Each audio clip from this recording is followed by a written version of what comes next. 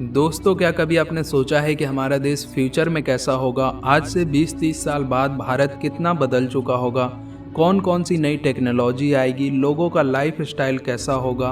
तो चलिए आज आपको आपके इस सवाल का जवाब भी दे ही देते हैं और मिलाते हैं आपको 2050 के भारत से। भारतीय अर्थव्यवस्था 2050 में भारत कैसा होगा ये जानना है तो सबसे पहले ज़रा भारत की इकॉनमी को देखते हैं। 2050 में भारत के पास 860 मिलियन की वर्किंग पॉपुलेशन होगी। आज भारतीयों की एक महीने की औसत आय जहां 15,000 से भी कम है, वहीं 2050 में भारतीयों की औसत आय आज से 3 गुना ज़्यादा होगी। सरकारी नौकरियां लगभग ख़त्म हो जाएंगी। हाल ही में सरकार ने एयरपोर्ट, रेलवे स्टेशन, सड़कें और स्टेडियम को प्राइवेटाइज करने का ऐलान किया था।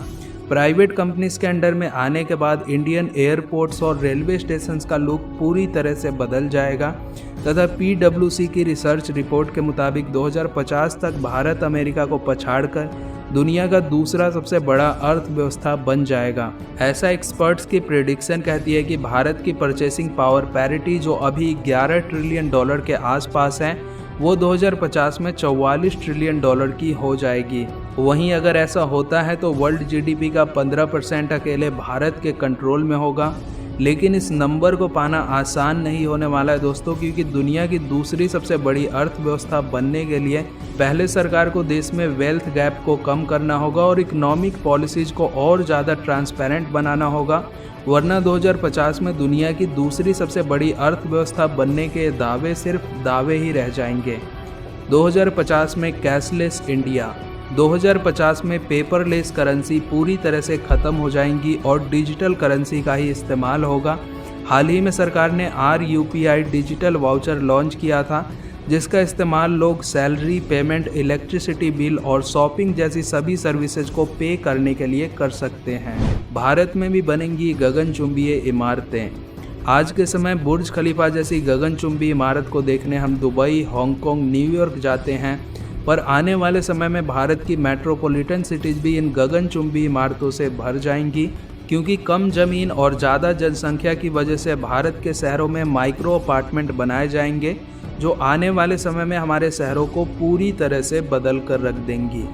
भारत का स्पेस सेक्टर दुनिया भर के देश स्पेस का रहस्य जानने और दूसरे ग्रहों पर जिंदगी ढूंढने के लिए लगातार स्पेस में रिसर्च कर रहे हैं। ऐसे में इसरो भी आने वाले समय में कई बड़े मिशन को अंजाम देने वाला है, जिनमें गगनयान, शुक्रयान और सनी स्टडी जैसे मिशन सिर्फ भारत के लिए नहीं बल्कि पूरी मानव जाति के लिए स्पेस में एक नई दरवाजे खोलेगा। अर्थात आज जिस स्पीड से दुनिया की मल्टीनेशनल कंपनीज स्पेस पर वर्क कर रही है, उससे साफ है कि 2050 तक मार्स और दूसरे ग्रहों पर इंसानों को बसाना संभव हो पाएगा।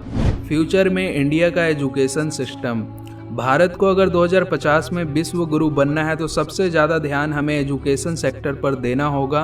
भारत ने पिछले साल ही एजुकेशन पॉलिसी में कुछ बड़े बदलाव किए हैं, जिसका फ़ायदा अगले 30 सालों में हमें मिलने वाला है, जहां सभी स्कूलों में थ्योरी से ज़्यादा प्रैक्टिकल नॉलेज पर फोकस किया जाएगा तथा नॉर्वे, अमेरिका जैसे देशों की तरह अब भारत में भी स्टूडेंट्स को हायर स्कूल के दौरान कई तरह के कोर्सेज कराए जाएंगे और कोडिंग और साइंटिफिक नॉलेज सिर्फ साइंस स्ट्रीम के बच्चों के लिए नहीं होगा, बल्कि टेक्नोलॉजी हमारे आने वाले इंडिया की पहचान बनने वाला है। इंडियन डिफेंस पावर भारत को अगर शक्तिशाली देश बनाना है तो डिफेंस पावर पर भी हमें काम करना होगा। भारतीय सोल्जर्स का वैसे तो जंग में कोई मुकाबला नहीं, पर आने वाले सालों में वॉर हथियारों से नहीं बल्कि टेक्नोलॉजी से लड़ी जाएगी और इसकी तैयारी भी भारत ने शुरू कर दी है। भारतीय इंटेलिजेंस एजेंसी लगातार अपने टेक्नोलॉजी को इम्प्रूव कर रही है और जल्द ही इंडियन डिफेंस में AI को भी शामिल कर लिया जाएगा। 2050 की इंडियन डिफेंस फोर्स में हाईटेक वेपन्स और एयरक्राफ्ट के साथ साथ रोबोटिक टेक्नोलॉजी भी होगी, जिससे जंग में कैजुअल्टी का खतरा 0 हो जाएगा। पर दोस्तों, आखिर में मैं यही कहना चाहूँगा कि फ्यूचर के भारत की इस तस्वीर को आप सच होते देखना चाहते हैं तो दिल लगाकर मेहनत कीजिए। आप जो भी काम करते हैं उसमें ईमानदारी रखिए, करप्शन से दूर रहिए, क्योंकि किसी भी देश की तरक्की में उस देश के हर नागरिक का बराबर योगदान होता है। इसलिए अगर आप और हम आज मेहनत करेंगे तो 2050 तक हमारा देश ये सब अचीव कर पाएगा।